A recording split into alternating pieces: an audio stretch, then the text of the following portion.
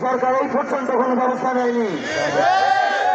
আমরা এই সরকারকে স্পষ্টভাবে বার্তা দিয়ে দিতে চাই, যাদের আত্মত্যাগের বিনিময়ে আপনারা এই সরকারের এই জায়গায় বসেছেন তাদেরকে মূল্যায়ন করতে শিখুন, তাহলে বাংলার ছাত্র জনতা আপনাদের বিরুদ্ধে প্রতিবাদ করে দেবে ইনশাল্লাহ। আপনাদেরকে এই জায়গায় বসানো হয়েছে আপনাদের উপদেষ্টাদের গাড়িতে পতাকা লাগিয়ে ঘোরার জন্য নয়, আপনাদেরকে যেই সংস্কারের জন্য বোঝানো হয়েছে সেই সংস্কার কোনো কিছুই আমরা এখন শুধু দেখতে পাইনি। আমরা শুধু দেখতে পেয়েছি আপনাদের উপদেষ্টাদের সংস্কার।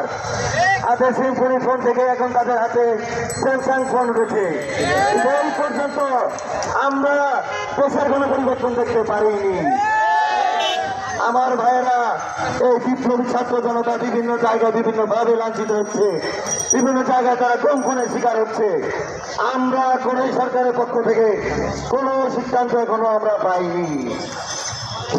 স্বরাষ্ট্র আপনাকে বলতে চাই, আপনার যে সংস্কার প্রশাসনকে ফেলে সাধারণ যে সংস্কার, এই দিকে আপনি ব্যর্থ হয়েছেন। শুধু বিভিন্ন জায়গায় বহল বসে এইটাকেই সংস্কার বলে না। আপনার রাষ্ট্রীয় ইন্টেলিজেন্স তারা কোথায়, যারা এই বিগত ফেসিস্ট আমলে আমাদের যে কোনো প্রোগ্রাম যখন আমরা থ্রো করতাম, আমাদের মনের ভাষা তারা ভিতর থেকে জেনে যেত।